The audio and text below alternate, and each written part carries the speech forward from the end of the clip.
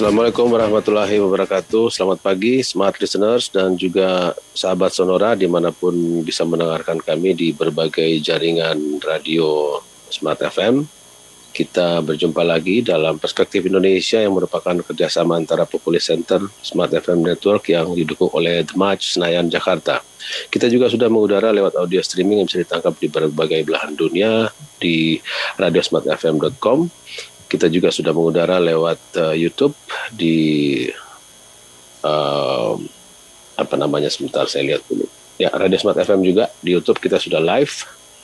Hari ini hari ke-19 di bulan September tahun 2020 sampai pukul 11 waktu Indonesia bagian Barat. Kita akan berdiskusi lagi. Kali ini topik kita kampanye pilkada di tengah virus corona. Kita tahu 3 titik panas, sekedar contoh, yaitu Makassar, Medan, dan Surakarta mulai memanas, namun kampanye pemilihan kepala daerah yang akan berlangsung di 270 provinsi, kota, dan kabupaten itu tentu bukan hanya itu saja. 1 hari kemarin, Ketua KPU Pusat, Arief Budiman, mengumumkan dirinya positif terjangkit virus COVID-19. Dan kalau tidak salah, beliau habis berkunjung ke beberapa tempat, salah satunya mungkin Makassar. Dan itu dalam rangka persiapan barangkali. Tetapi yang jelas ini sebuah berita yang punya makna psikologis tinggi karena di tengah tekanan publik juga beberapa pengamat yang mengatakan layak ditunda atau kurang lebih demikianlah. Ada juga kritik terhadap dibolehkannya kampanye dengan membuat konser musik atau berjelasnya seperti apa. Kita akan berdiskusi dengan narasumber yang punya kompetensi masing-masing. Yang pertama, saya akan sebutkan Pak Firian Aziz. Beliau adalah Komisioner KPU Republik Indonesia yang tentu akan memberikan kita jawaban-jawaban yang terkait dengan wewenang beliau. Selamat pagi Pak Firian. Selamat pagi Bang Ican, selamat pagi pemirsa Smart FM. Ya, selamat pagi. Oke, ini dalam perjalanan ya. Videonya belum kelihatan. Juga kita akan berjumpa dengan Ibu Dr. Ratnas Dewi Petalolo. Beliau adalah Komisioner Bawaslu Badan Pengawas Pemilu, counterpart dari Pak Firian, yang istimewanya, tentu istimewa bukan dalam pengertian kita gembira atau bersenang-senang. Yang penting di sini juga beliau adalah penyintas COVID-19. Selamat pagi Ibu Dewi Petalolo. Selamat pagi, Assalamualaikum warahmatullahi wabarakatuh, Bung Ican dan juga pendengar Radio Smart FM. Baik, ini di Jakarta apa di tempat Jakarta lain? Oke, baik. Yang ketiga kita menuju Makassar dengan perbedaan waktu 1 jam. Ada sahabat lama, pengajar FISIP Fakultas Ilmu Sosial Ilmu Politik Universitas Hasanuddin Makassar, di mana kota beliau dan beberapa daerah di sana juga menjadi titik panas pilkada. Dr. Adi Suryadi Chula. Selamat pagi Pak dosen. Ya, selamat pagi Pak Ican. Assalamualaikum. Waalaikumsalam. Kita menuju bagian barat, di sana ada Dekan Fakultas Ilmu Sosial Ilmu Politik Universitas Sumatera Utara, di mana kota Medan dan beberapa daerah sana juga menarik perhatian publik nasional. Kita ketemu Dr. Murianto Amin. Selamat pagi Pak Dekan.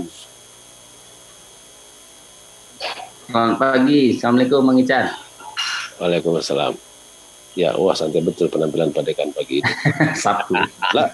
Last but not least, ini pembicara ini lengkap. Pak Rektor ini bukan Pak Dekan, Pak Ican. Diaminkan. Ya, Amin. Beliau adalah Ketua Badan Pengawas Pemilu 2008-2011. Sebelumnya juga di daerahnya di Semarang dan Jawa Tengah beliau bekerja dalam ikut merawat demokrasi. Juga menjadi anggota Dewan DKPP itu apa namanya? Dewan Kehormatan Penyelenggara Pemilu. Ditakuti oleh penyelenggara pemilu ini. Pada masa Selain beliau juga adalah dosen FISIP Universitas Diponegoro Semarang. Saya kira juga di Jawa Tengah sana ada titik pentingnya itu di Surakarta ya. Selain itu beliau juga saya kenal sebagai Ustadz. Selamat pagi Pak Ustadz. Dr. Hidayat Sarbini. Pagi, Bung Ican. Assalamualaikum warahmatullahi wabarakatuh. Ada Bu Dewi. Waalaikumsalam. Oke. Dan Pak Adegan. Oke. Walaupun ada Ibu Dewi, biasanya saya mempersilahkan perempuan pertama, lady first. Tapi karena penyelenggaranya ini KPU, tentu tidak ada yang keberatan. Kita serahkan kepada Pak Firian dulu. Itu dia. Pak Firian. Siap, Bang. Nomor satu, bagaimana keadaan Pak Arief Budiman, atau ada penjelasan di sana? Oh iya, Bang Ican, memang Mas Arief, Ketua KPU RI, terpapar atau terinfeksi COVID-19, itu diketahui tanggal 18 setelah melakukan swab test untuk persiapan rapat di Istana. Karena positif, kemudian Mas Arief menghubungi kita dan melakukan isolasi mandiri di rumah dinas. Namun demikian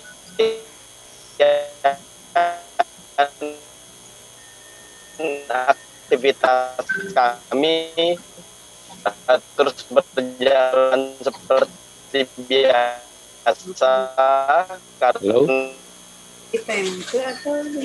Halo? Ya, suaranya terputus-putus. Coba diulangi Pak Firian.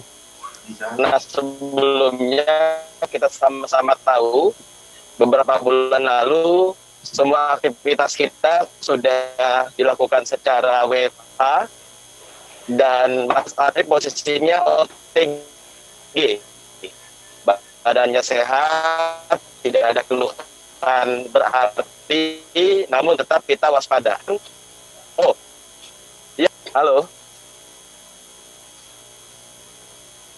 Ya. Ya. Ya, kunjungan terakhir ke kota mana atau ke daerah mana? Kunjungan terakhir beliau ke kota atau ke daerah mana? Depok dan Makassar. Oh, kampungnya Dr. Adi ya? Iya, ke Makassar kebetulan ke Unhas ke Makassar. Iya. Oke. Tanda tanganan. Oke. Halo? Dengan MOU, kemudian rekap. Oh. Ya. Oke. Oke, baik. Berarti sekarang ini tugas-tugas beliau masih berlangsung dari tempat isolasi mandiri ya, atau di rumah kediaman dinas ya? Iya, kita menggunakan video call, kemudian Mas Arief kan kita tetap jaga jarak, karena kita satu komplek masih bisa berkomunikasi dengan jarak yang lumayan jauh. Oh iya, bisa kayak apa, saling minta cabai kalau di kampung antar tetangga gitu ya? Betul Bang, begitu Bang. Minta cabai, minta ikan gitu. Iya. Oke. Selanjutnya bagaimana respon KPU terhadap berbagai macam katakanlah kritikan, ulasan dari para pengamat publik yang mengatakan bahwa ada satu peraturan yang barangkali menjadi titik fokus kritik, yaitu dibolehkannya konser musik? Oh iya, dapat kami jelaskan Bang Ican dan para narasumber lain, itu adalah rancangan peraturan KPU dan pengaturan tersebut sudah ada dari sebelumnya. Jadi kita bisa sebut itu pengaturan pada pilkada sebelumnya yang sedang kita mau revisi. Oke. Iya, kira-kira begitu, Bang. Jadi belum ada apa namanya keputusan gitu ya? Atau belum ada peraturan KPU yang membolehkan konser musik? Oh, itu belum final. Masih bahan untuk kita sempurnakan. Justru dengan adanya masukan dari masyarakat menjadi pertimbangan kita untuk memperhatikan atau menimbang kembali hal tersebut. Salah satunya adalah kalau dalam diskusi kami, pembahasan kami, kegiatan konser musik itu jangan dipahami seperti konser musik biasa. Kita masih ingat di awal pandemi ada Mas Didi Kempot almarhum yang melakukan konser musik secara daring. Itu kan juga bisa. Oke. Jadi kerangkanya adalah Bang Ican, dalam masa kampanye, dan itu terkait dengan PKPU, pelaksanaan pemilihan di masa COVID, semua hal yang bersifat tidak protokol COVID-19 dilaksanakan secara daring. Termasuk diantaranya konser musik.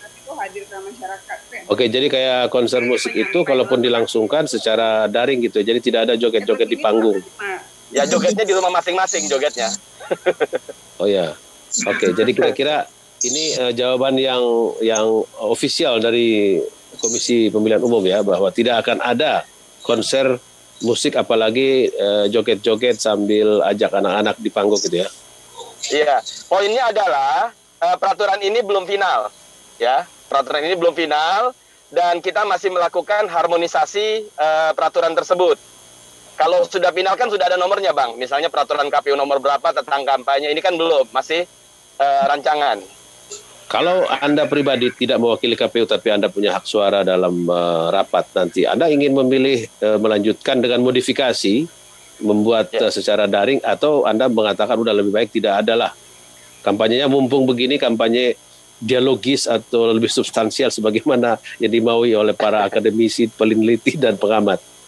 Ya, substansi dari kampanye, Bang, itu kan bagaimana peserta dan pemilih mendapatkan informasi yang memadai tentang peserta dan peserta juga punya kesempatan yang luas meyakinkan pemilih.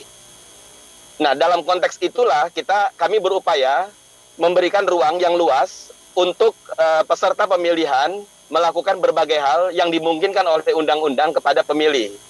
Nah, beranjak dari cara pandang itu, semua saluran yang memungkinkan kita atur dan kita buat, termasuk di dalam undang-undang pemilihan itu disebut ada kegiatan lain. Nah, kegiatan lain di masa sebelum pandemi itu salah satunya adalah konser musik. Nah, dengan kondisi sekarang tentunya harus disesuaikan. Di peraturan KPU nomor 6 tahun 2020, Bang, sudah disebutkan bahwa semua hal yang terkait dengan kegiatan yang berpotensi melanggar protokol COVID seperti kerumunan itu tidak dimungkinkan dan dilakukan secara daring.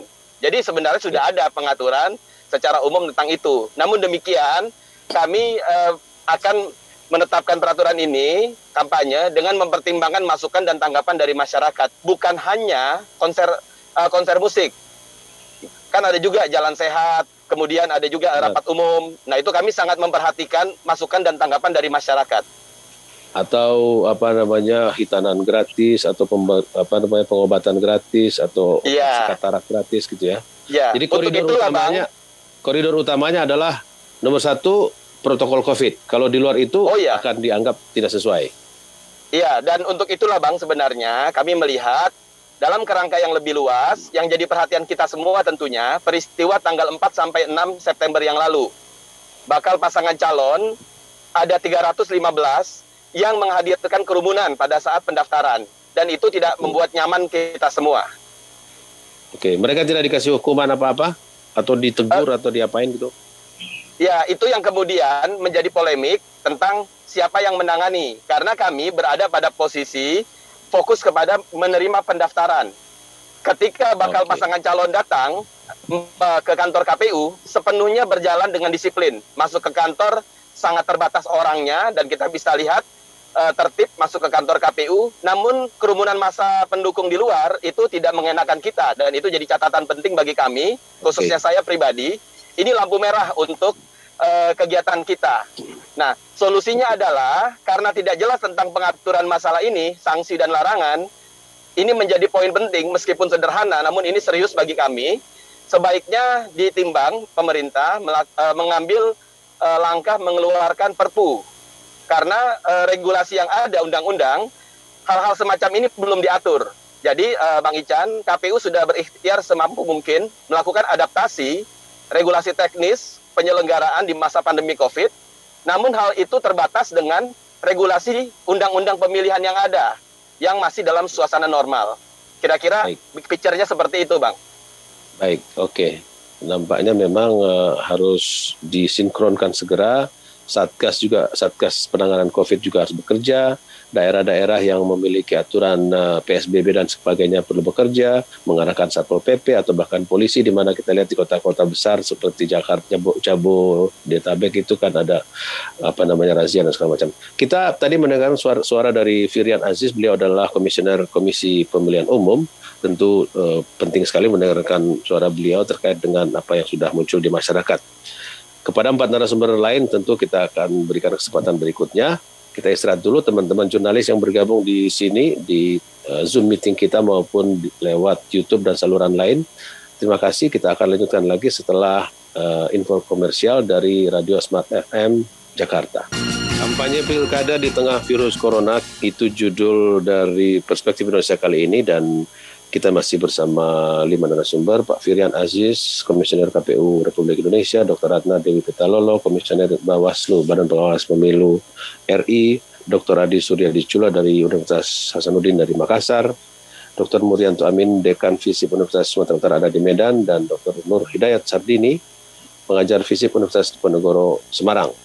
Saya kembali ke Pak Firian sebentar.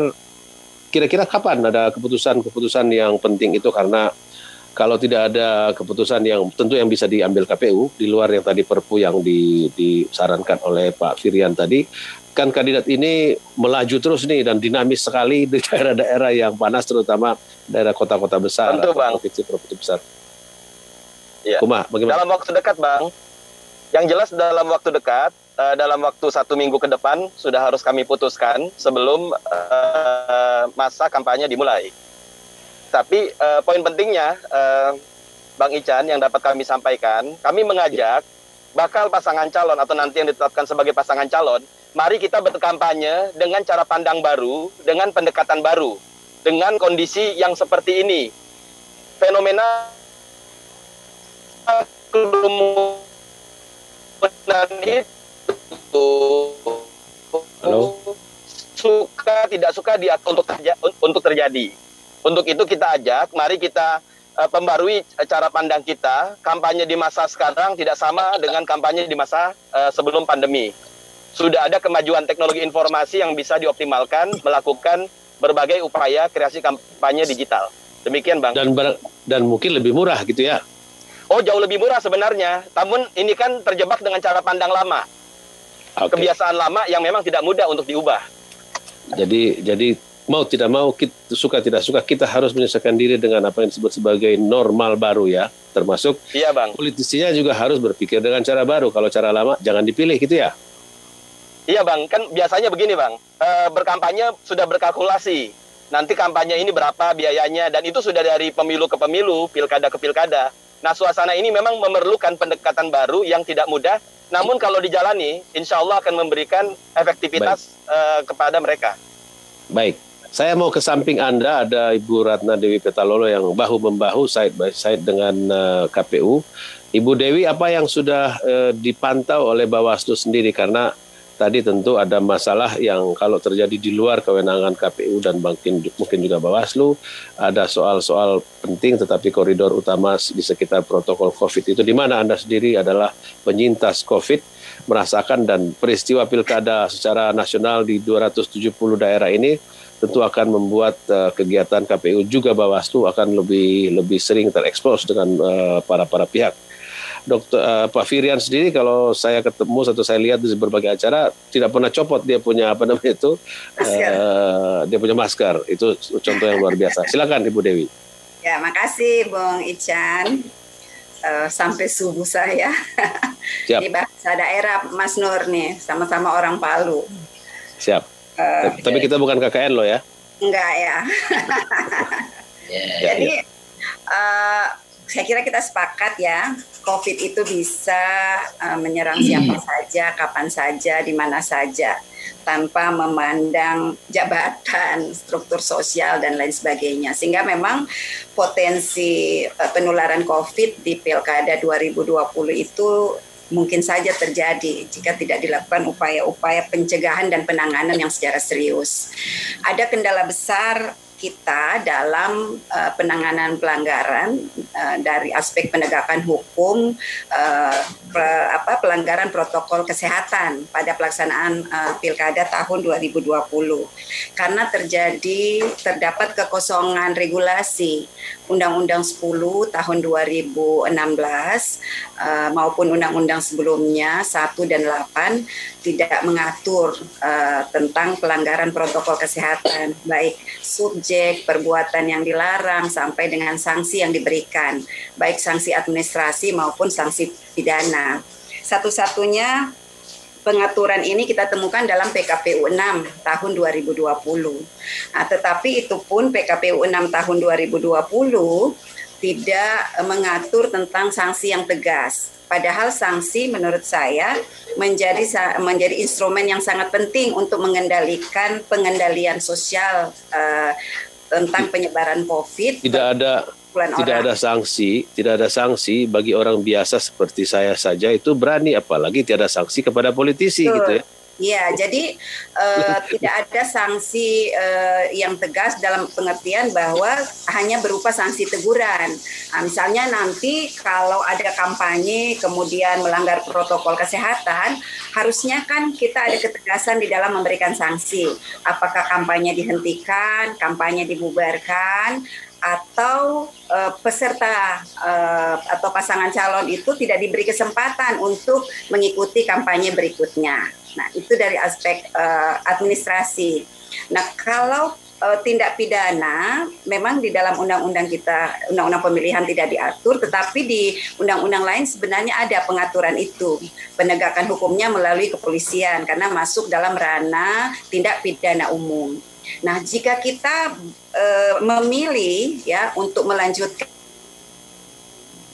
ini ya, ada dua keputusan yang bisa kita ambil. Pertama, kalau memang tidak akan diatur di dalam undang-undang pemilihan, berarti proses penegakan hukum pidana pemilu tindak pidana umumnya itu harus diperkuat. Artinya jajaran kepolisian sebagai lembaga yang diberi kewenangan harus mampu menegakkan aturan itu. Nah, kemarin kan pada tanggal 4 sampai tanggal 6 ketika terjadi kerumunan massa ya, kalau dalam catatan Bawaslu 243, tapi ada ketambahan tadi disebutkan oleh Pak Firyan. Sampai hari ini kan kita belum melihat apa tindakan yang dilakukan terkait dengan penegakan hukum dari aspek pidananya. Padahal di dalam Undang-Undang Kekarantinaan Kesehatan dan juga di KUHP pengaturannya tegas, jelas. Nah, sedangkan dari aspek administrasi. Jadi maaf kalau boleh potong. Kalau begitu Satgas atau kementerian sektoral atau lembaga-lembaga terkait bisa membantu KPU, dan Bawaslu dengan menggunakan undang-undang yang mereka pakai terkait dengan kondisi darurat COVID ini. Nah, makanya jadi tidak bisa membiarkan KPU dan Bawaslu bekerja sendirian terkait dengan non teknis pemilu gitu ya. Non elektoralnya. Ya, karena memang ada keterbatasan kewenangan. Nah, tetapi terhadap pelanggaran yang berkait langsung dengan tahapan pemilihan, misalnya yang terjadi di Sumatera Utara ya. Jadi ada bakal calon yang sudah dinyatakan positif ya, ternyata tetap mendatangi langsung kantor KPU untuk mendaftar. Nah, dalam peraturan KPU kan jelas kalau yang sudah dinyatakan positif bisa mendaftar secara daring ya, dan itu diterima oleh KPU. Mungkin beliau takut mengecewakan para pendukungnya. Nah, itu Bung Ican. Jadi makanya kemarin Bawaslu melakukan rapat koordinasi ya, karena menurut Bawaslu ini kan penting dari aspek penegakan hukum. Kalau tidak dilakukan penegakan hukum, kita khawatir ini kan potensi pengumpulan massa masih akan terjadi. Tanggal 23 akan ada penetapan pasangan calon. Betul. Kemudian kampanye ya, tahapan pungut hitung sudah pasti ya, karena akan ada kerumunan massa yang datang untuk menggunakan hak pilih. Nah, kami kemarin menginisiasi pertemuan KPU, DKPP ya, walaupun waktu itu Dinda Firyan KPU belum berkesempatan hadir ya. Kemudian ada dari Kementerian Dalam Negeri, ada dari Satuan Tugas Gugus Covid, kemudian ada dari TNI, Polri. Jadi forum itu kemudian menyepakati terbentuknya Pokja Pencegahan dan Penindakan Pelanggaran Protokol Kesehatan. Karena ini harus lintas lembaga, maka forum ini nanti akan menjadi percepatan informasi dan langkah pencegahan dan penanganan pelanggaran protokol kesehatan, terutama yang terkait dengan pelanggaran pengumpulan massa yang menjadi kewenangan dari kepolisian. Nah, ini pilihan pertama. Pilihan yang kedua, kalaupun menurut mereka yang punya kepentingan, memiliki otoritas untuk memutuskan bahwa pelanggaran protokol kesehatan ini harus dimasukkan menjadi pelanggaran dalam rezim pemilihan, maka tentu harus dilakukan langkah revisi undang-undang. Nah, tapi kan tidak mungkin nih, waktunya kan sudah mepet. Yang paling mungkin adalah langkah menerbitkan Perpu. Nah, kalau ini memang dilakukan, tentu harus betul-betul memenuhi kebutuhan, terutama kebutuhan penegakan hukum yang selama ini menjadi problem kita. Nah, kalau mau dan di luar wilayah properti KPU Bawaslu ya. Kalau nanti disepakati menjadi kewenangan, menjadi pengaturan dalam rezim pemilihan, berarti menjadi kewenangan penyelenggara Bawaslu dan KPU. Nah, apakah mau masuk dalam kelompok pelanggaran tindak pidana pemilihan, administrasi pemilihan? Karena pengaturan tentang pelanggaran administrasi yang ada di dalam Undang-Undang Pemilihan di pasal 138 itu kan hanya terkait dengan pelanggaran terhadap tata cara, mekanisme, pelaksanaan tahapan pemilihan.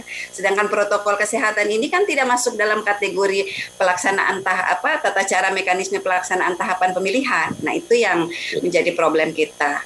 Jadi kalau kita mau mengatasi ini harus dimulai dari pembenahan terhadap regulasi kita. Saya kira itu, Bang Ican. Baik, Ibu Dewi, saya coba tanya ke pensiunan ya.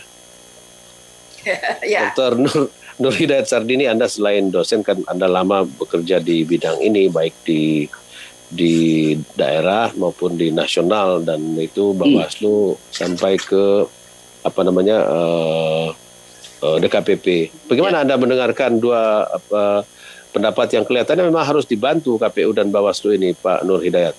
Iya, terima kasih Bung Ican, Bu Dewi, Pak Adi, Pak Mur, dan Bung Firian. Saya melihat kok nggak meyakinkan ya atas apa yang disampaikan oleh Pak Firian dan Bu Dewi itu, dan kognisi publik itu tidak merasa terbantu ya karena KPU dan Bawaslu dalam soal ini. Saya sebenarnya Bung Ican tidak setuju bahwa penyelenggaraan pilkada digelar di tahun ini 2020 ini pada hari hanya. Saya kalau boleh memilih, cuma kan saya sudah tidak punya ngefek sama sekali terhadap soal itu, ialah opsi yang ketiga sebenarnya di awal itu. Tapi ini keputusan DPR. Keputusan DPR. KPU. Ya, bukan. Keputusan pemerintah, usulan KPU, lalu setelah mendengar Bawaslu, DKPP, dan Komisi 2 DPR ini. Ya. Nah, karena apa? Kondisi kita memang berkait ya. Kita harus paham bahwa kondisi sosiologis masyarakat kita itu tidak sebagaimana bayangan saya terhadap pelaksanaan pemilu di Korea Selatan tanggal sekitar 15 April tahun 2020 yang memang sangat ketat oleh protokol. Dan kita tahu kohesi sosial masyarakat Korea itu jelas sekali berbeda, kadang-kadang berbanding terbalik dengan kita. Dan karena itu poinnya yang paling merisaukan adalah soal kerumunan, crowd. Ya, saya mempelajari juga teori dari Gustav Le Bon itu tentang crowd, bahwa crowd itu kan ada 3 dalam kategori. Pertama adalah primary crowd, yang kedua adalah secondary crowd, yang ketiga adalah tertiary crowd. Nah, itu ada masing-masing, dan tipe kebanyakan kita itu pada primary crowd, ialah massa yang dikumpulkan di satu lokasi dengan menghimpun sekitar 1.000 orang. Itu sudah masuk primary.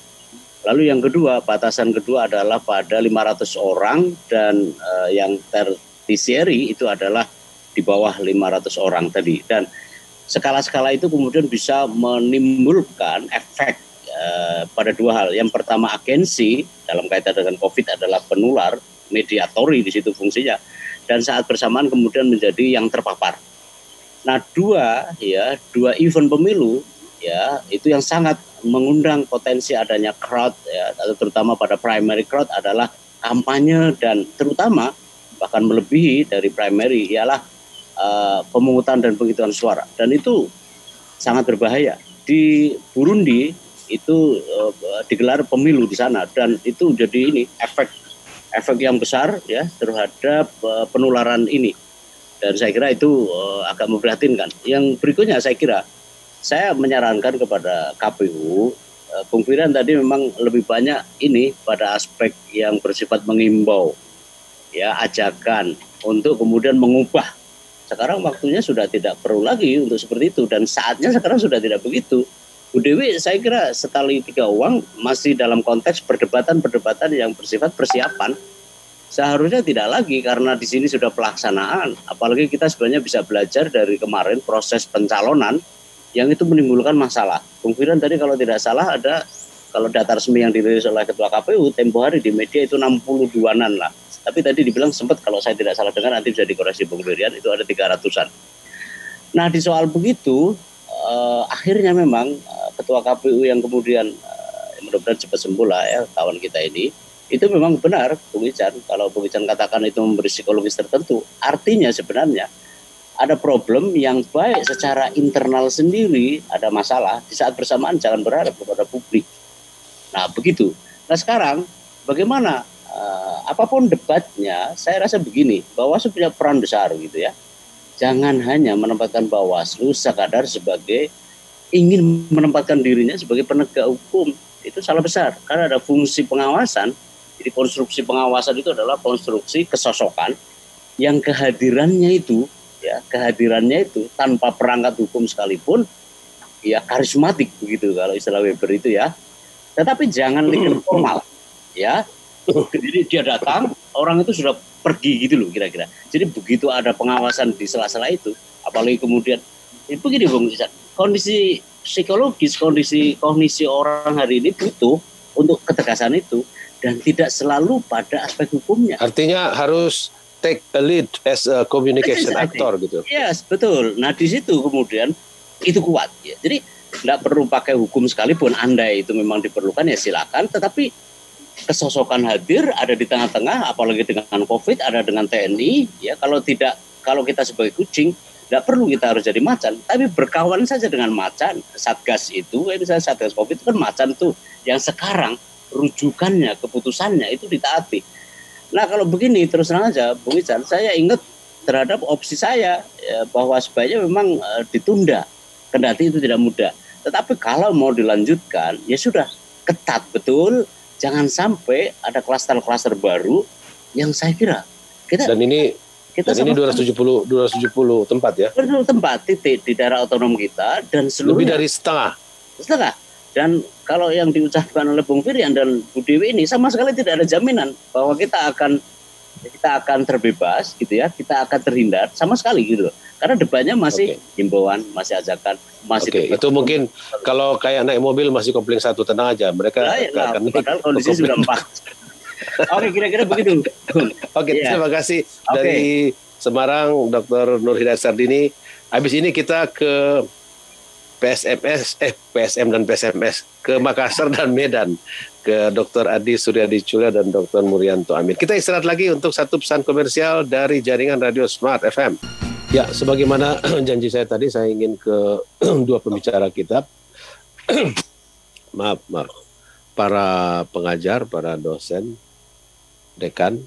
Kebetulan saya ingin ke daerah yang lebih dulu terbit mataharinya, ke Makassar. Ada Dr. Adi Suryadi Cula. Bagaimana kemeriahan di sana dan juga respon Anda terhadap pernyataan dan ulasan dari tiga pembicara terdahulu, Pak Firyan Aziz dari KPU, Ibu Ratna Dewi Petalolo dari Bawaslu, dan Pak Nur Hidayat Sardini tadi, Dr. Adi.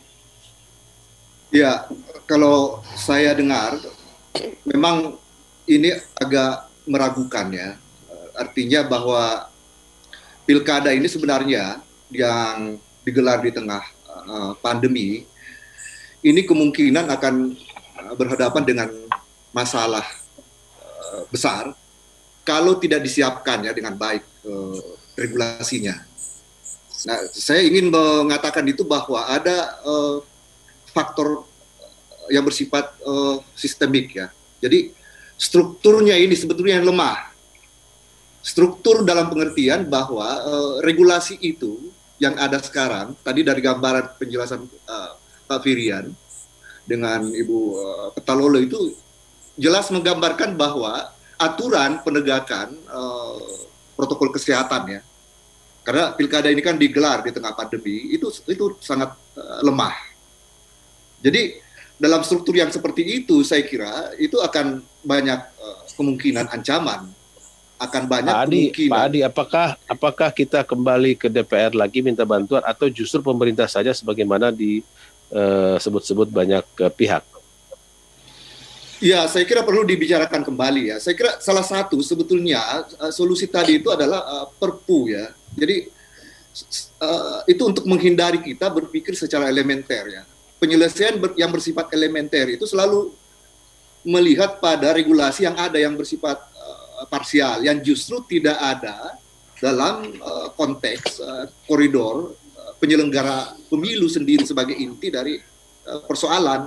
Nah itu, karena itu sebenarnya perlu ada payung hukum ya. Nah Perpu itu merupakan salah satu jalan kedua Pak Adi, ya, yang mungkin sangat Pak Adi, ya. Dr. Adi, ada dua mungkin dalam pengamatan saya yang awam, ada dua inti di sini. Satu, demokrasi harus digelar karena kalau mereka di PLT kan kita tidak tahu berapa lama gitu, dan ini negara majemuk, daerah majemuk gitu ya, beda dengan daerah lain dan demokratis. Kedua, tapi ada soal global yang bernama pandemi. Bagaimana kita mengharmoniskan dua perkara yang dua-dua berat ini? Ya, memang ini memilih antara keamanan, keselamatan jiwa dengan demokrasi ya. Ini persoalan yang saya kira sangat berat ya. Nah, kita mungkin coba lihat ya dari konteks yang lebih mikro.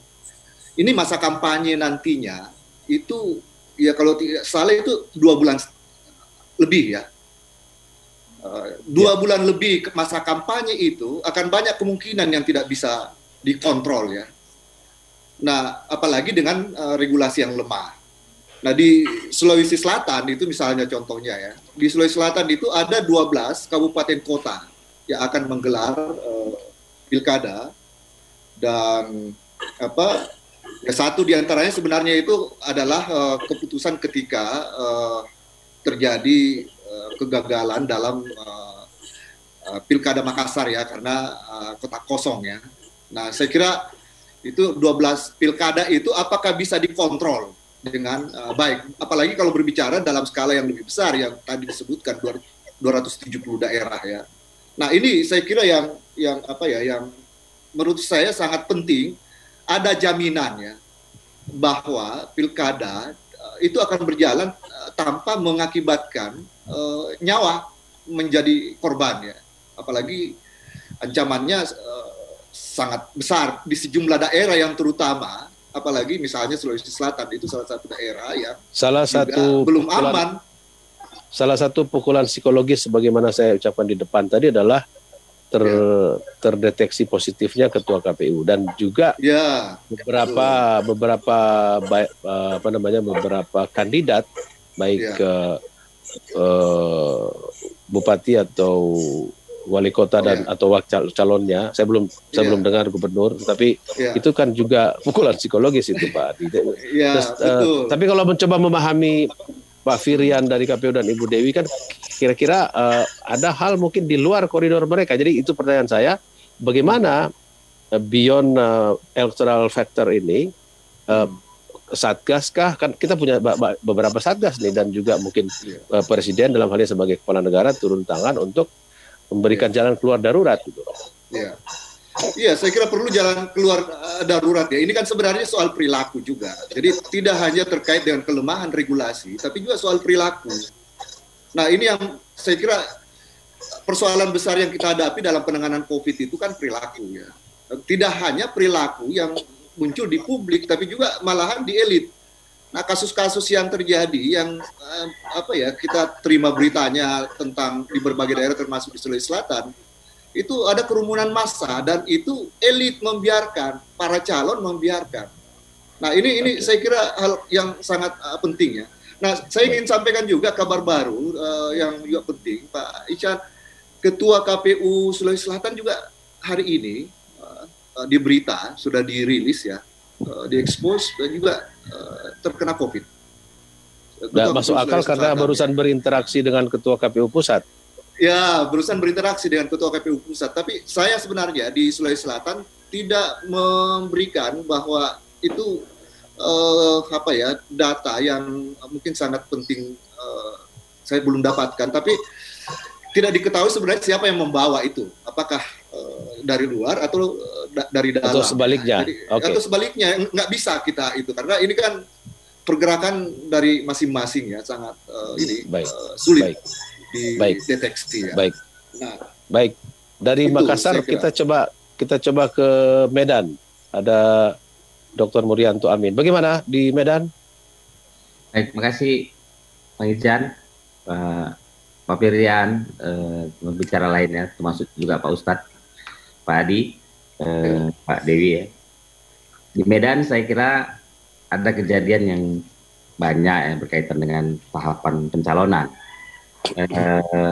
Tadi diskusi-diskusi awal tadi, sebetulnya yang pertama kita tidak lagi bisa setback ke belakang, misalnya membicarakan lagi apakah ini ditunda atau tidak ya, karena sudah diputuskan untuk tetap diselenggarakan pada tahun ini 9 Desember 2020.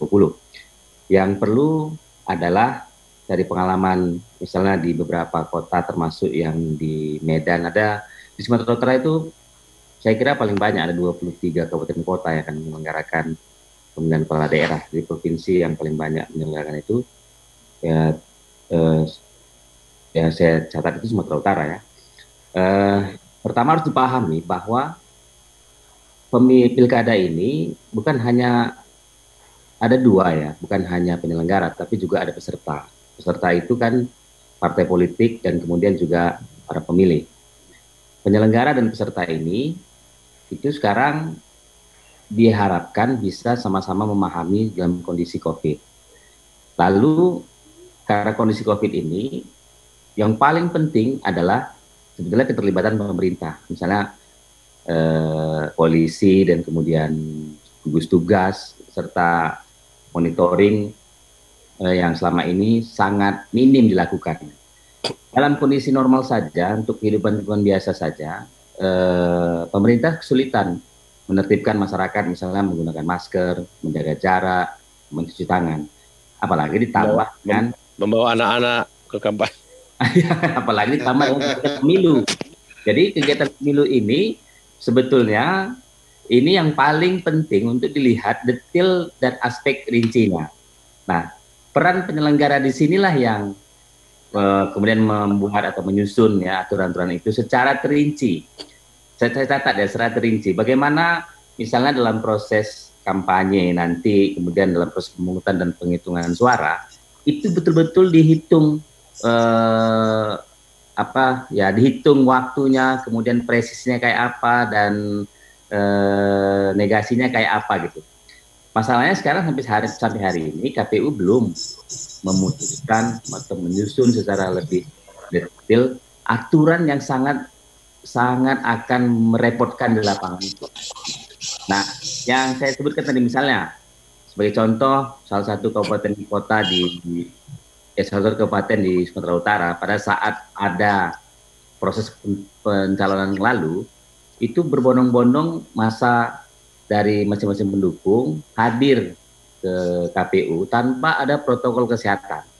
Lalu kemudian ada juga persoalan karena ada salah satu partai yang mendukung, terus kemudian itu bermasalah.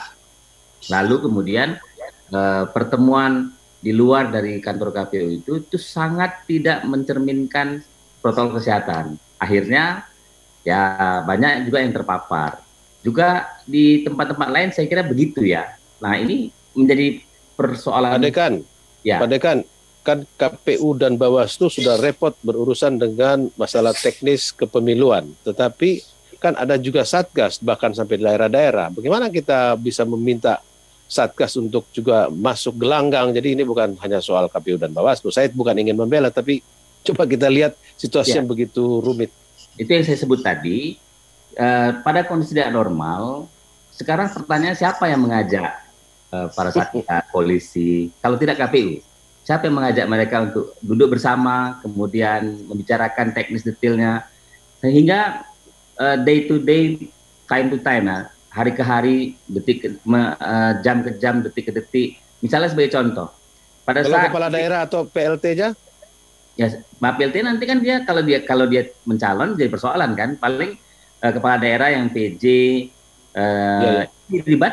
harus dilibatkan dan kemudian itu dibicarakan secara jelas, tegas ya. Bagaimana aturannya, kemudian bagaimana sanksinya.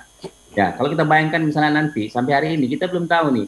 Misalnya saya sebagai pemilih, jam berapa saya akan ke TPS Karena tidak mungkin dalam waktu yang bersamaan nanti bisa jadi biasanya kalau hadir ke TPS jam 8 sampai jam 10 itu akan menumpuk.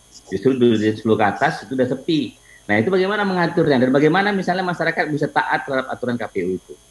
Ini yang paling penting menurut saya. Jadi kalau KPU tidak segera merealisasikan aturan ini, kemudian KPU Kabupaten Kota, itu PPK, kemudian menerjemahkannya, mengajak pemerintah, polisi, dan kemudian gugus tugas mengawal proses ketetapan dari pelaksanaan aturan KPU itu, ya kalau sampai hari ini belum juga dilaksanakan, saya tidak bisa membayangkan kayak apa nanti pelaksanaannya di lapangan. Jadi tahapannya menyusun aturan, kemudian mengajak mereka untuk rapat koordinasi, lalu kemudian mensimulasikannya, sementara waktu tinggal 80 hari lagi. Bayangkan saja dulu bagaimana kita melihatnya. Baik. Itu tadi Dr. Murianto Amin, beliau adalah Dekan FISIP Universitas Sumatera Utara Medan, dan sebelumnya ada Dr. Adi Suryadi Chula yang merupakan pengajar di FISIP Universitas Hasanuddin dari Makassar. Kita juga ada pembicara Dr. Nur Hidayat Sardini dari Semarang. 3 pembicara ini kami pilih karena di tempat mereka ada pilkada. Selain itu ada 2 pejabat publik yang bertanggung jawab. Di sini ada Firian Aziz dari KPU dan Dr. Ratna Dewi Petalolo. Kita istirahat untuk ke Jurnal 9 yang disiapkan sebagai rangkuman berita sepekan oleh jaringan Radio Smart FM. Kita akan kembali lagi nanti. Ya, kita kembali lagi dalam perspektif Indonesia dengan topik kita kampanye pilkada di tengah virus corona, dan masih ada 5 narasumber saya. Saya mau kembali lagi ke Pak Firian Aziz, komisioner KPU yang sekarang sudah tiba di kantor KPU Pusat nampaknya. Tadi ada beberapa hal yang disampaikan oleh Dr. Adi Suryadi Chula dari Makassar, Dr. Hidayat Nur Sardini dari Semarang, dan Dr. Murianto Amin dari Medan. Juga beberapa tanggapan dari Dr. Ratna Dewi Petalolo Bawaslu. Saya tambahkan lagi ada satu masukan dari politisi Dian Fatwa yang ada di chatroom kita di acara ini, yaitu kampanye daring itu kan mungkin bisa berjalan di daerah perkotaan, tapi kalau di remote area signal timbul tenggelam, rakyat mungkin memilih membeli beras daripada pulsa karena terbatasnya uang. Apa pilihan alternatif yang bisa diberikan tanpa kumpul-kumpul? Dan yang kedua, ini juga bisa menjadi potensi money politik bentuk baru, atau mungkin money politik in new normal, di mana pasangan calon memberikan pulsa. Kira-kira itu. Pak Firian, silakan. Halo? Pak Firian? Si gelap itu tampak. Ya, nampaknya Pak Firian mungkin lagi ada kegiatan domestik kecil. Coba saya ke Ibu Ratna Dewi Petalolo. Ya, gimana Bung Ican? Ya, dengan pertanyaan yang sama dan juga tanggapan terhadap 3 akademisi kita, Ibu Dewi. Ya, terima kasih. Beberapa kritikan tadi disampaikan oleh Mas NHS. Ini guru saya nih Mas Ican, guru pengawas. Guru kita semua. Ya. Belajar menjadi penyelenggara pemilu ini dari Mas NHS. Jadi ya kalau guru boleh. Biasa galak memang. Guru biasa galak. Ya. Tanda cinta itu ya. Betul. Tanda perhatian. Apa ya, kalau boleh dikatakan sebenarnya seluruh ilmu yang sudah kami pelajari ini ya, sudah kami terapkan, pencegahan, pengawasan. Nah, langkah-langkah melakukan peringatan dini kepada parpol politik, melakukan pertemuan koordinasi, himbauan, itu sudah selesai sebenarnya Mas Nur, udah kami lakukan dengan harapan mereka akan patuh ya, taat pada pelaksanaan tahapan dengan protokol kesehatan. Tetapi ketika di lapangan, pengendalian terkait dengan kerumunan ini tentu tidak bisa hanya dibebankan kepada penyelenggara. Maka di seluruh wilayah yang akan melaksanakan tahapan pemilihan, Bawaslu berkoordinasi dengan kepolisian. Ya, itu. Jadi memang Bawaslu ini kan alatnya itu kan alat pengawasan, tapi aparat kepolisian kan memiliki alat yang bisa menghalau. Nah, ini yang kami sampaikan pada pertemuan rapat koordinasi yang diinisiasi oleh Bawaslu. Menghadapi tahapan berikut, kita harus melakukan pencegahan pengumpulan massa. Jadi harus mampu mendeteksi, kita akan melakukan pendeteksian titik-titik kumpul yang akan dilakukan pada tanggal 23. Nah, di situ akan ada hadir Bawaslu, kemudian kepolisian, TNI, satuan gugus tugas, ya di daerah-daerah tentu akan melibatkan Satpol PP. Jadi kita harus melakukan tindakan pencegahan jangan sampai orang berkumpul, karena kalau sudah terjadi pengumpulan massa dan pergerakan, tentu langkah penanganannya akan berbeda. Jadi sudah tidak lagi dalam rangka mencegah, tapi tentu sudah harus ada tindakan. Nah, kita berharap kan bahwa dalam penerapan protokol kesehatan ini pencegahan yang harus didahulukan. Karena kalau aspek penindakan, orang sudah terlanjur tertular COVID kan tidak bisa lagi dikembalikan, dan dampaknya itu kan kalau pelanggaran pemilihan lainnya yang bisa dikenakan sanksi dan dampak yang dirasakan hanyalah mereka yang melakukan pelanggaran. Bagi mereka Tapi kalau pelanggaran protokol kesehatan itu kan bisa menularkan orang lain. Ini kan bisa mengancam. Pakai masker. Kira itu yang Halo. Mohon ini ada suaranya ada yang bocor. Tindakannya, Bung Ican. Karena aspek pendidikan menjadi sangat penting kita lakukan. Oke, jadi tetap saja bahwa ya tangan Bawaslu bahkan KPU terbatas, apalagi ini katakanlah di luar aspek electoral mechanism gitu ya. Ya, jadi Bawaslu tentu tetap akan melakukan tugas-tugas pencegahan, pengawasan, dan penindakannya. Tetapi dalam kondisi pandemi COVID-19, ini harus disupport oleh kepolisian, TNI, satuan tugas di daerah, oleh Satpol PP, agar ini memang harus dilakukan secara bersama-sama. Jadi tidak bisa melempar tanggung jawab itu hanya kepada penyelenggara, baik KPU maupun Bawaslu. Karena soal pandemi ini kan soal kita semua, masalah kita semua. Begitu. Tadi di berita kita dengarkan dan juga di berbagai jaringan berita lain bahwa Menko Luhut Binsar Panjaitan juga sudah masuk gelanggang, diberi tugas khusus oleh Pak Presiden, mungkin juga bisa sebagai kepala negara. Dan saya kira apa yang mau dibaca dari situ bahwa mungkin pemerintah mulai melihat juga bagaimana cara bisa membantu KPU dan Bawaslu serta organ-organ pemilu agar itu tadi, kan problem kita dua nih, satu demokrasi, tapi di atas itu adalah problem kemanusiaan. Kan gitu, apalagi pemilu yang lalu yang serentak dengan Pilpres itu korban di penyelenggara pemilu terlalu banyak gitu. Coba saya kembali ke Pak Firian. Ibu Dewi tadi sudah memberikan jawaban. Pak Firian, beberapa hal sudah disampaikan oleh 3 akademisi kita dan juga ada dari Ibu Dian terkait dengan kemungkinan potensi money politics lewat pulsa, karena daerah yang non urban itu kan tentu punya keterbatasan. Dan pemilu kampanye secara daring mungkin bisa terjadi di daerah-daerah perkotaan, tapi di daerah remote area agak sulit. Silakan Pak Firian. Ya, potensi pelanggaran sama dengan potensi baik yang perlu kita atur, Bang. Poin utamanya adalah sekarang sedang terjadi pandemi COVID, banyak hal baru yang tidak pernah kita duga itu terjadi. KPU sebelumnya tidak pernah berurusan dengan poin-poin kesehatan dan keselamatan, karena itu sudah bukan hal yang menjadi netur kerjaan kami. Namun dengan adanya pandemi, dalam PKPU kita, PKPU 6 dan PKPU 10, prinsip kesehatan dan keselamatan kita atur. Dan maka kami terus beradaptasi. Nah, selain kegiatan-kegiatan KPU atau penyelenggaraan pemilihan yang disesuaikan dengan protokol kesehatan COVID-19, mau tidak mau, kegiatan lain yang sifatnya potensi pelanggaran juga akan merebak, dan mungkin sebagian diantaranya tidak bisa kita duga-duga, atau bahkan kita hanya bisa meraba-raba, termasuk tadi mengenai money politik melalui pulsa. Nah, hal tersebut bagaimana penanganannya, saya pikir ini domainnya di teman-teman pengawas pemilihan. Poin penting lain adalah apakah pulsa itu bisa disetarakan dengan semacam bahan kampanye yang bisa dilakukan oleh bakal pasangan calon, yang dalam rancangan peraturan kami senilai 60.000. Nah, itu belum masuk dalam pengaturan kita.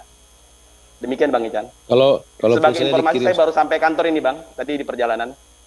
Oke, alhamdulillah kantornya on terus. Kalau misalnya ini lucu-lucuan saja, pulsa dikirim 10.000 tapi selama 6 atau 7 kali kan juga bisa nominalnya sama gitu ya. Halo? Ya, dibuktikan. Kak Dewi ya. Oke, tapi ada soal yang tadi ditakutkan oleh para akademisi. Saya kira fungsi akademisi adalah memeriksa apa yang mungkin luput dilihat dan memberi advokasi pada masyarakat, termasuk advokasi kepada para penyelenggara pemilu yang aparatnya di KPU dan Bawaslu itu kan ribuan itu, dan kita tidak ingin mengulangi kasus di mana waktu Pilpres dan Pileg kemarin itu korban berjatuhan di penyelenggara pemilu. Hari ini ya korbannya sudah ada walaupun baru dalam taraf terpapar gitu, yaitu Ketua KPU, dan dari Pak Adi Suryadi Culah mengabarkan di Makassar Ketua KPU Sulsel juga sudah dikabarkan positif, Pak Firian. Iya Bang, memang kami dapat berita itu dimungkinkan terjadi karena Mas Arief dan Ketua KPU Sulsel satu mobil pada saat di Makassar. Yang jadi penelusuran kami sekarang adalah kira-kira siapa yang menginfeksi siapa. Apakah dari Pak Arief kepada Pak Faisal atau dari Pak Faisal ke Pak Arief ya. Ya, karena protokol kesehatan kami ketat, misalnya untuk kegiatan-kegiatan tertentu selalu dilakukan minimal rapid test. Pak Firian, kalau di Jakarta atau Bodetabek ini kan sekarang ketat sekali. Anda bepergian sendirian saja, tidak pakai masker di mobil, atau pergi dengan istri Anda atau keluarga Anda juga akan dirazia. Apakah di daerah lain juga sama? Itu problem juga kan? Di dalam mobil loh, kan itu bisa terjadi kontaknya di dalam mobil.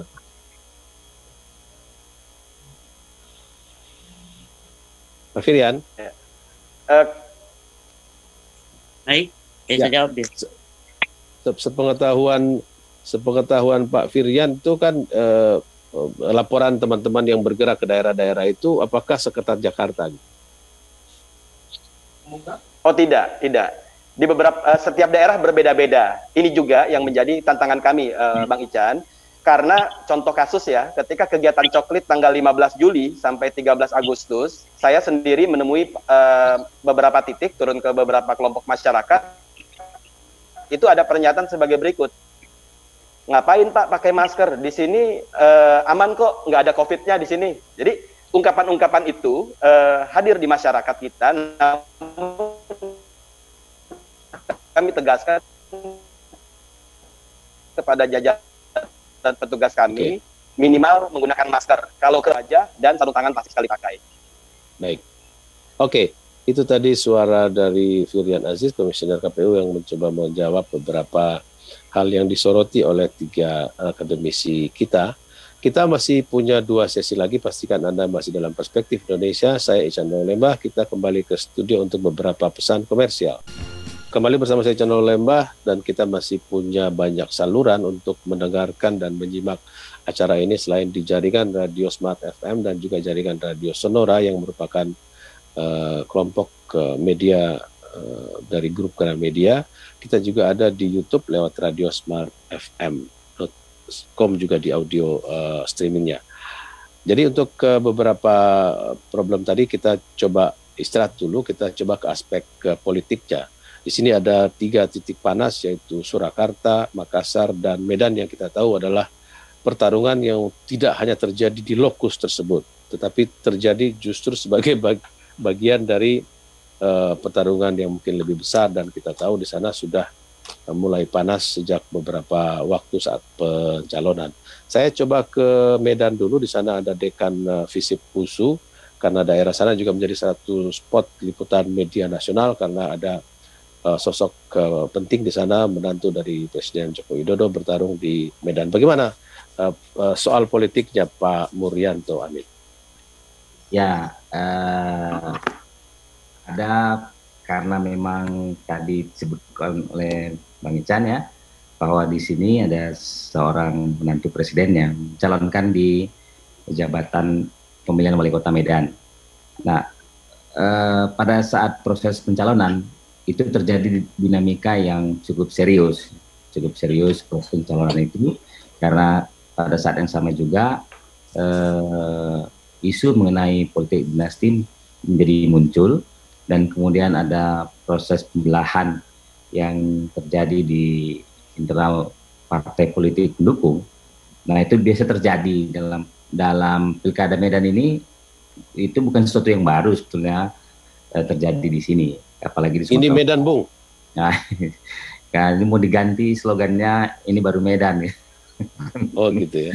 Kalau Medan Baru saya suka kepala anunya. Kepala ikan. Medan Baru. Ya, meskipun itu yang masa Aceh itu. Orang Aceh pemiliknya. Okay, nah, itu yang terjadi. Jadi ini proses pembelajaran atau pematangan menurut saya ya, proses pematangan atau konsolidasi demokrasi terutama di partai politik, dan juga memberikan semacam pendidikan politik pada masyarakat dengan cara misalnya melihat bagaimana proses kaderisasi rekrutmen yang dilakukan oleh partai politik itu sungguh sangat debatable. Apakah kemudian proses misalnya pencalonan yang dilakukan oleh PDIP terhadap menantu presiden itu Bobi Nasution dianggap sebagai salah satu kesalahan dalam rekrutmen dan proses kaderisasi partai politik, itu masih debatable, dan itu juga menyisakan satu persoalan yang perlu segera dipastikan oleh partai politik, apakah ini menjadi satu pelajaran atau juga menjadi sesuatu yang perlu diperbaiki. Itu yang pertama. Yang kedua, ini juga akan berlanjut menurut saya adalah konsolidasi demokrasi yang berkaitan dengan pendidikan politik ya. Pendidikan politik kita ini selain tadi soal COVID, pendidikan politik kita ini juga harus dilakukan secara masif kalau menurut saya ya. Memahami misalnya apakah ada kesalahan yang dilakukan oleh partai politik untuk memahami makna mengenai dinasti politik. Apakah kemudian memang salah partai politik tidak mencalonkan kadernya karena memang ada banyak faktor pertimbangan yang dilakukan oleh internal partai politik yang itu sulit ditransparasikan kepada publik, meskipun partai politik itu adalah lembaga publik. Lalu yang ketiga adalah apakah kemudian partai politik memang sangat kesulitan untuk mengoperasionalisasikan sebagaimana tugasnya melaksanakan fungsi-fungsi politik itu. Nah, ini debatable. Lalu setelah itu kemudian pertanyaannya, apakah kemudian dalam proses pilkada ini itu menghasilkan pemerintah yang kemudian akuntabel, terus bisa membawa masyarakat menjadi lebih baik. Itu tergantung dari proses awal. Jadi proses awal yang harus dilakukan oleh partai politik itu memberi dampak yang cukup signifikan bagi perkembangan atau perbaikan kualitas kehidupan masyarakat di tingkat lokal. Memang sangat. Jadi Anda mau katakan memilih pemimpin satu hal, mengelola pemerintahan hal yang juga penting. Ya, karena itu berkaitan, relevansinya cukup sangat berkaitan. Itu yang perlu disadari. Nah, tugas partai politik itu kan mencari pemimpin, kemudian menawarkannya kepada pemilih. Nah, pada saat dia salah melakukan itu, maka dampaknya juga akan ke depan. Jadi bahkan kita bisa mengalami perlambatan yang cukup lama pada saat konsolidasi demokrasi yang kita lakukan ini, itu diharapkan bisa memperbaiki kualitas kehidupan masyarakat. Bermula dari situ. Nah, sehingga kita perlu mendiskusikan apakah misalnya proses pencalonan menantu presiden itu memang menyalahi dalam persyaratan demokrasi. Itu yang perlu kita sebetulnya, dan itu menjadi topik ramai di Medan maupun Sumatera Utara ya. Ya, menjadi topik yang begitu ramai. Terus kemudian apakah memang misalnya Bobi Nasution sebagai seorang warga negara tidak punya hak untuk bisa mencalonkan dirinya sebagai calon wali kota. Nah, itu kan perdebatan ya. Perdebatan. Kalau misalnya kita mengukur satu kepemimpinan, apakah memang dari elit ya, perspektif elit, atau memang dia memiliki kemampuan tertentu yang itu bisa ditawarkan oleh masyarakat. Ini jadi question mark dalam proses pilkada. Oke. Kita ke Makassar, di sana juga mungkin panas karena ada ketegangan yang terjadi sebagaimana kita semua tahu di media, baik media konvensional maupun media sosial. Ada satu calon yang kemarin mungkin dalam pilkada yang sudah berlangsung tahun lalu ya, kalau tidak salah Pak Adi ya. Itu calonnya dikalahkan oleh Kota Kosong dan sekarang maju kembali, dan bekas petahana yang gagal maju pada pilkada yang lalu sekarang maju lagi dan tidak gagal menjadi kandidat gitu ya. Nah, apa yang bisa kita lihat dari situasi di Makassar ini, Pak Adi? Ya, pertama-tama saya ingin informasikan dulu Pak Ican, ada di Makassar itu ada 12 ya pilkada ya, kabupaten kota. Ya. Makassar, Goa, Bulukumba, Maros, Luwu Utara, Pangkep, Luwu Timur, Tanah Toraja, Sopeng, Toraja Utara, Baru, dan Kepulauan Selayar. Nah, dari 12 itu satu yang mengalami pengulangan harus dilakukan karena seperti yang disinggung oleh Pak Ican tadi, karena faktor kota kosong. Jadi jadinya 12, awalnya sebenarnya cuma 11. Makassar masuk di daftar itu. Nah, ini dari 12 daerah itu sebenarnya memang ini perlu dicermati juga, dinamikanya mungkin akan tinggi karena ya calonnya banyak juga sebetulnya ya. Ada 33 dari keseluruhan itu paslon ya yang ada. Artinya jumlah paslon ini menunjukkan bahwa kemungkinan ada dinamika ya yang cukup tinggi, yang rentan mungkin juga termasuk terkait dengan integritas ya, penyelenggaraan pilkada itu, karena itu butuh pengawasan yang maksud Anda karena ketat dan sangat dinamis itu kemungkinan nyerempet keluar koridor akan terjadi gitu. Ya, itu yang pertama, jumlah calon. Yang kedua, sebagian besar petahana. Nah, ini juga sebagian besar petahana. Jadi kecuali 3 daerah di catatan saya itu Pangkep, Maros, dan Kum yang petahana. Jadi ini petanya seperti itu ya yang kita lihat, dan ada 2 daerah yang paslonnya calon tunggal. Jadi ini kolom kosong. Kolom kosong itu adalah Goa dengan Sopeng. Nah, saya kira itu gambaran petanya, dan secara mikro kalau kita lebih spesifik salah satu daerah misalnya Makassar itu ya sebenarnya Sulawesi Selatan ini kan dari dulu ya selalu masuk zona merah ya. Sebelum Covid juga seperti itu.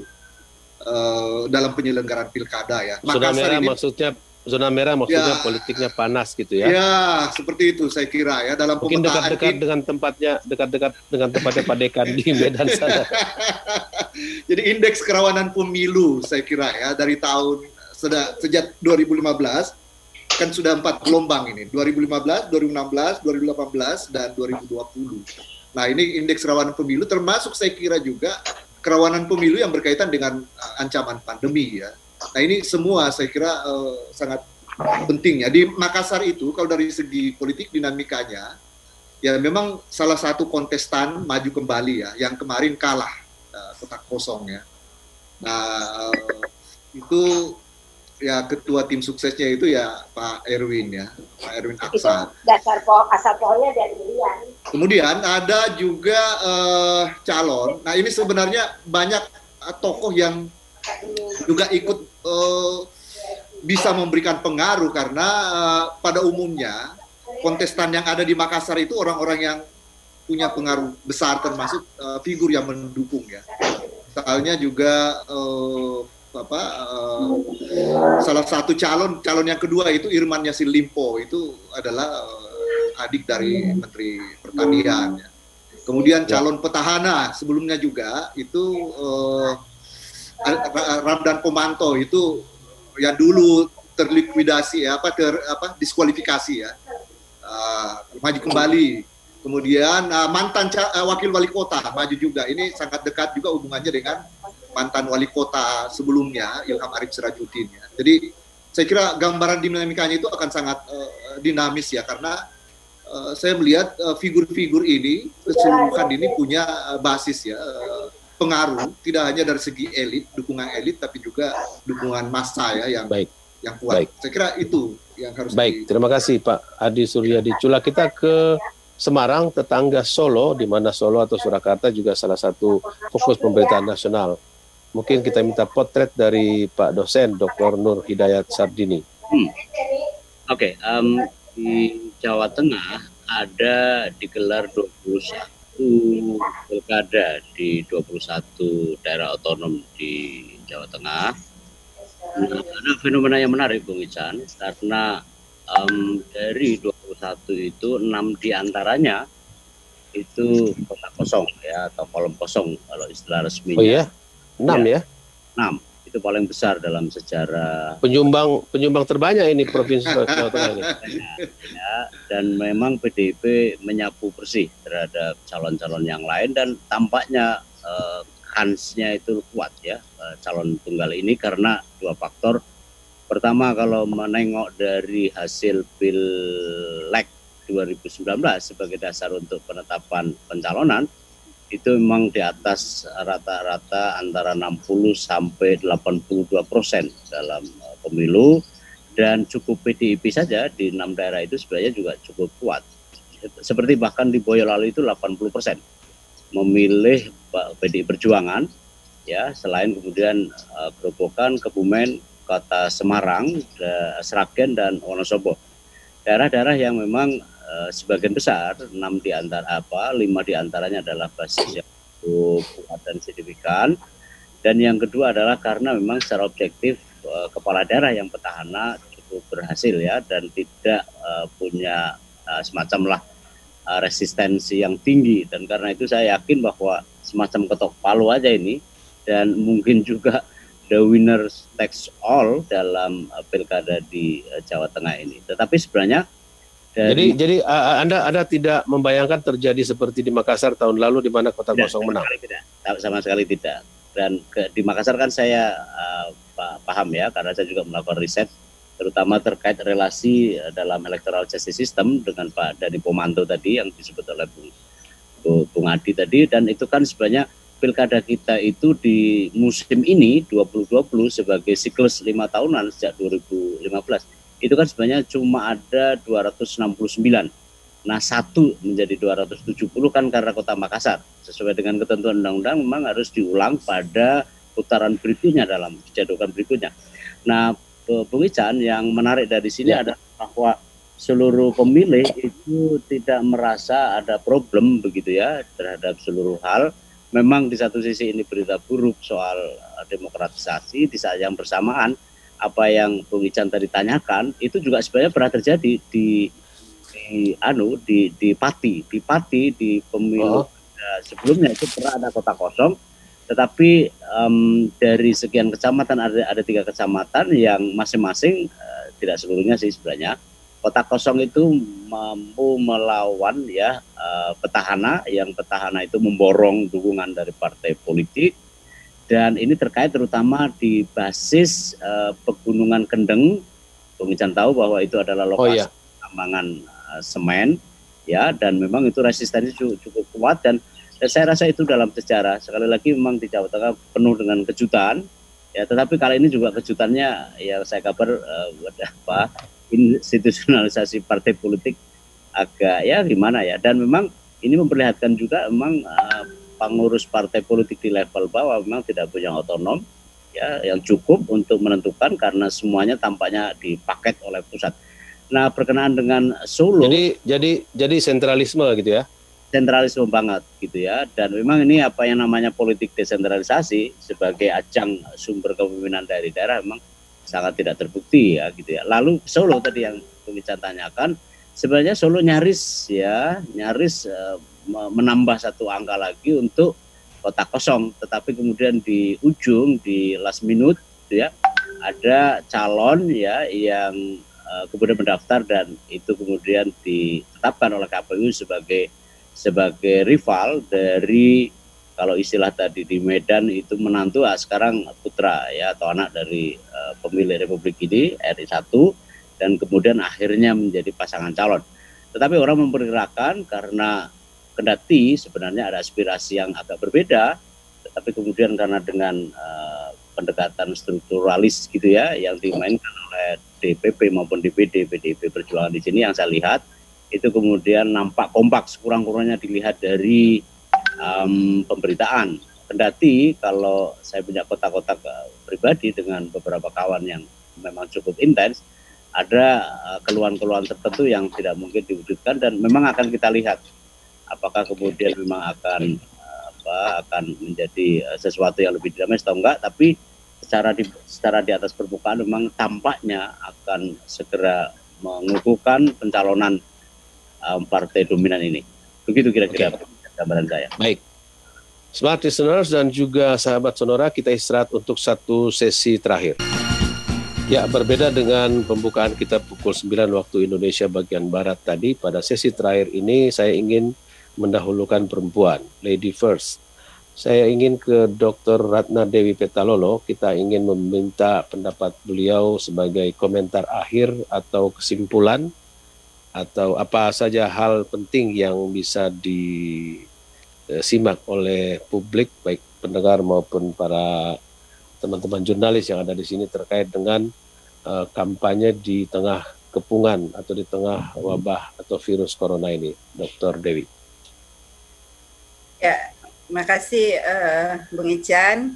Jadi Bawaslu berpilkada di tengah pandemi COVID-19 ini kan merupakan hal yang baru. Ya tentu butuh persiapan-persiapan yang juga menyesuaikan dengan kebutuhan pilkada di tengah pandemi COVID-19.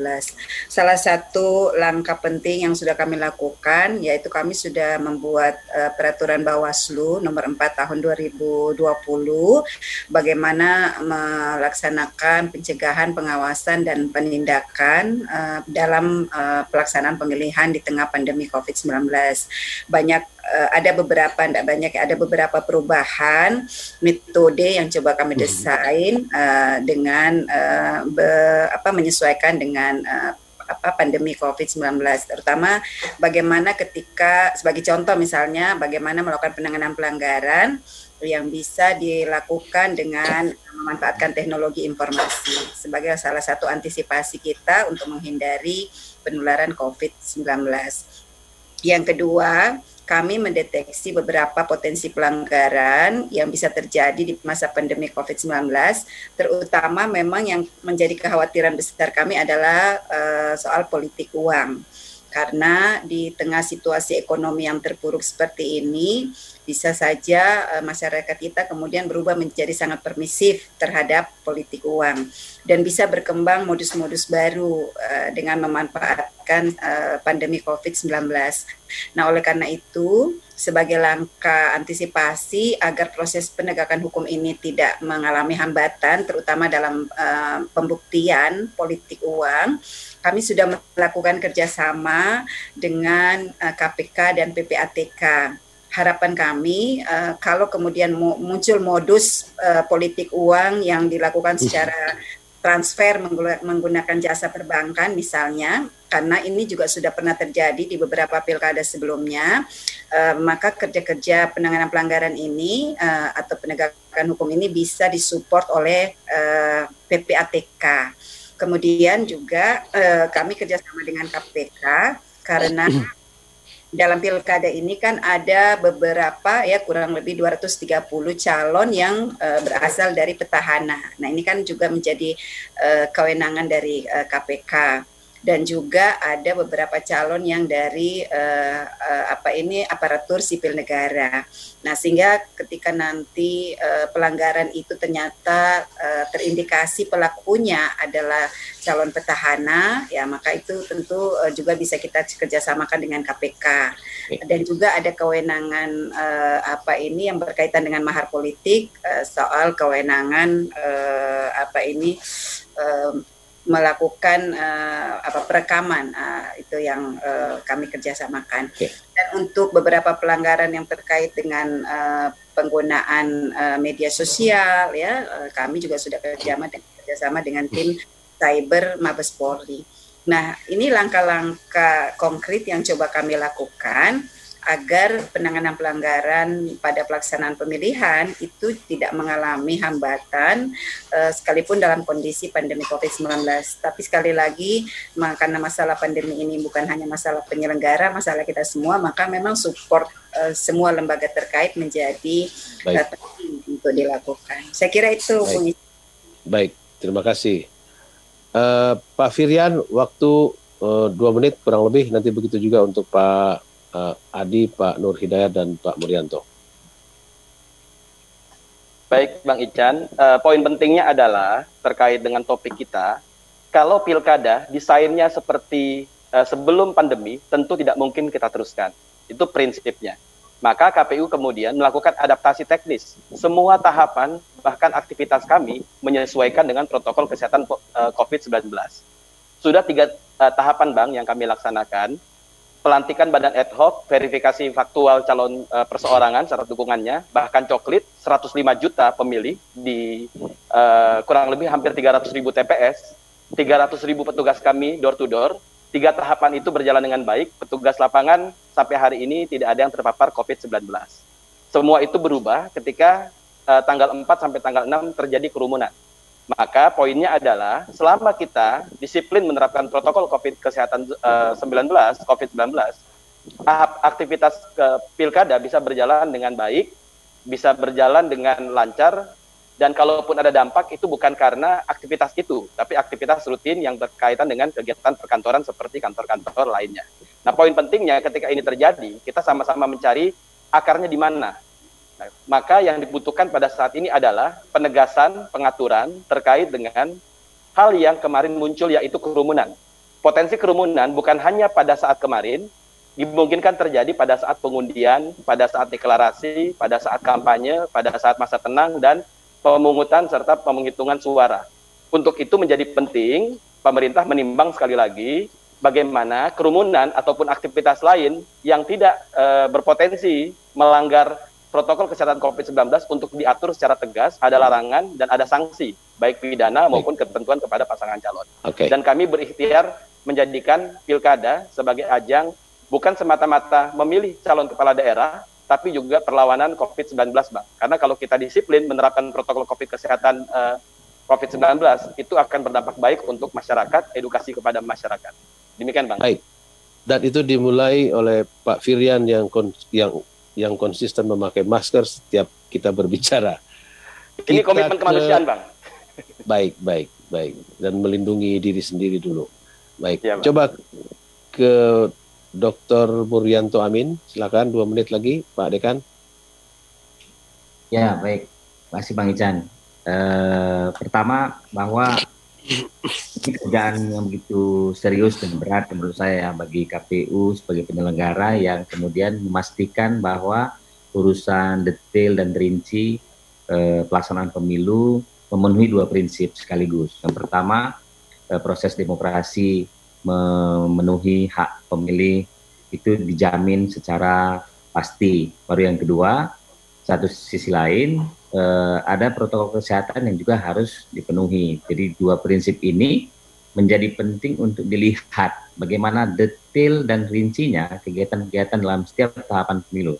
Yang sekarang nanti yang dalam waktu dekat kampanye, lalu kemudian pemungutan dan perhitungan suara, serta juga nanti ada antisipasi kalau misalnya itu akan berlanjut ke sidang-sidang di Mahkamah Konstitusi. Itu yang pertama. Jadi kalau sampai hari ini masih dirumuskan, saya juga menginginkan agar tahapan koordinasi, tahapan juga sosialisasi pada pihak-pihak yang berkepentingan, misalnya kepada partai politik, pemerintah daerah, kepala daerah, ya, polisi dan seterusnya, itu menjadi lebih penting.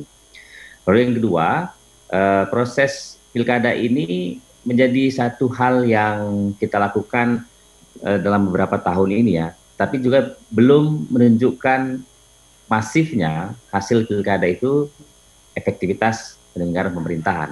Kalau dihitung dari 500-an pemerintah kabupaten kota, itu hanya bisa dihitung jari mana pemerintah yang betul-betul punya prestasi dan inovasi untuk meningkatkan layanan dan kesejahteraan publik. Sehingga penting sebetulnya bagi partai politik dan juga unsur masyarakat memahami mengenai ini. Karena itu pendidikan politik tidak bisa dianggap enteng. Yang dimaksud dengan pendidikan politik ini itu harus dilakukan dari sejak awal, dari sejak dini. Misalnya dari mulai PAUD, SD, SMP, SMA, itu sudah dimasukkan kurikulum-kurikulum atau bahasan-bahasan apa itu demokrasi, apa itu partai politik, apa itu tentu sesuai kohortnya, sesuai usia mereka ya. Ya, sesuai usia mereka, dan diajak tidak perspektif teoritisnya dari oleh mereka, tetapi diajar mereka bahwa ada perbedaan, lalu fungsi partai politik kayak apa. Jadi seperti games, seperti ya metodenya itu bisa kalau berbeda bicara berunding gitu ya, tidak baku hantam. Nah ya, itu mengajarkannya sulit memang dari usia dini ya. Kalau kita lihat misalnya Soekarno juga berbeda pendapat dengan teman-teman yang lainnya, itu biasa terjadi kan. Nah itu yang perlu kita lakukan secara serius bagi negara ini. Saya kira demikian Bang Ican. Terima kasih. Terima kasih Pak Dekan. Waalaikumsalam. Ke Dr. Adi Suryadi Chula, Van Makassari. Oke, saya ini Pak Ican. Peringatan saya kira sudah ada ya buat kita dengan adanya penyelenggara, apalagi ketua KPU ya, yang terkena terinfek COVID ya. Saya kira ini akan menjalar, saya kira juga akan terjadi kemungkinannya di daerah-daerah lain. Malah sebelumnya, prediksi kita, termasuk saya sebenarnya, justru yang saya khawatirkan itu adalah pemilih. Jadi mereka akan terinfeksi, baik pada saat pendataan misalnya, interaksinya dengan juga petugas. Ya, lalu juga ya pada saat pemungutan suara, tapi kan yang terjadi kemudian yang kita dapati itu justru penyelenggara. Nah, lalu penyelenggara, dan di samping itu juga yang lain adalah ini calon. Nah, ini di Sulawesi Selatan juga ada calon itu yang terinfeksi. Ya, nah ini jadi pelakunya pilkada itu yang terkena, Pak. Pelaku langsung di mana mereka penyelenggara. Pelaku ini apalagi kandidat akan sering ketemu orang kan? Ya, saya kira. Nah, ini peringatan menurut saya ya. Ini sebenarnya warning, peringatan untuk segera berbenah, mengevaluasi secara mendasar ya penyelenggaraan. Kalau misalnya seperti Pak Nur Hidayat tadi, NHS tadi kemukakan bahwa ditunda, sebenarnya saya agak sependapat juga. Tapi kalau saya 1 semester mungkin tidak masalah penundaannya ya. Tapi kalau mau tetap dilanjutkan memang harus dibenahi aturan itu ya. Jadi saya kalau kita mengacu ke perspektif teoritis ya, katakanlah kita mengambil pendekatan Anthony Giddens ya, pendekatan strukturasi, lalu kita mengambil teori dari Pierre Bourdieu ya, tentang konsep habitus itu.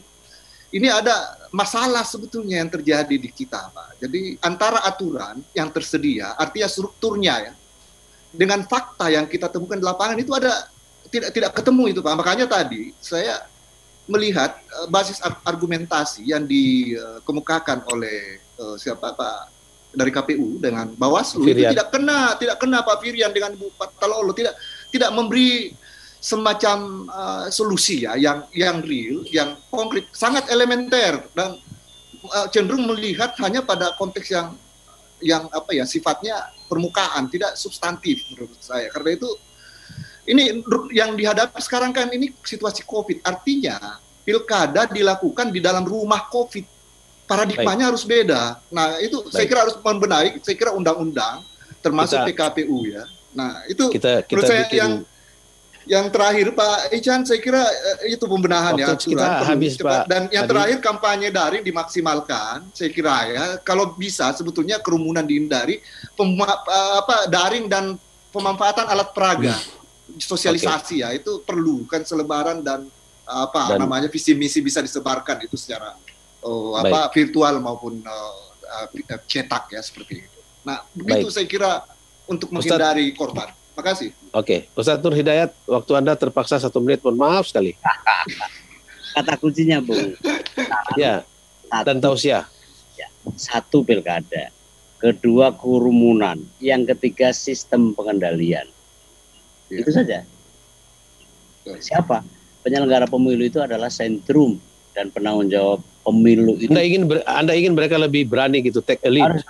Harus berani dan mengambil alih seluruh permukaan dalam sistem pengendalian.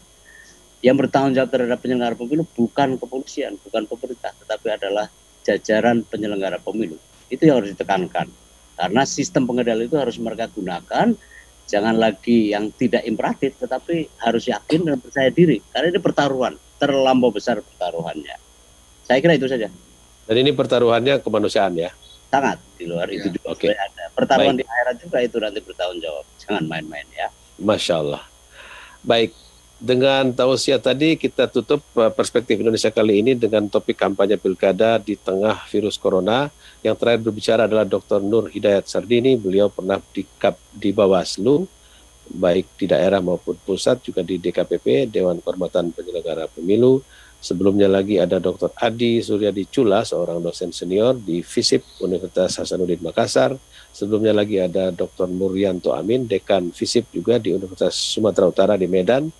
Dan sebelumnya lagi yang berbicara adalah Firian Aziz, komisioner KPU yang tentunya akan bekerja 27 jam sehari mulai hari-hari belakangan ini. Juga ada Ibu Ratna Dewi Petalolo. Dr. Ratna Dewi adalah komisioner Bawaslu yang merupakan penyintas COVID-19 dan akan bekerja lebih sedikit 26 jam per hari.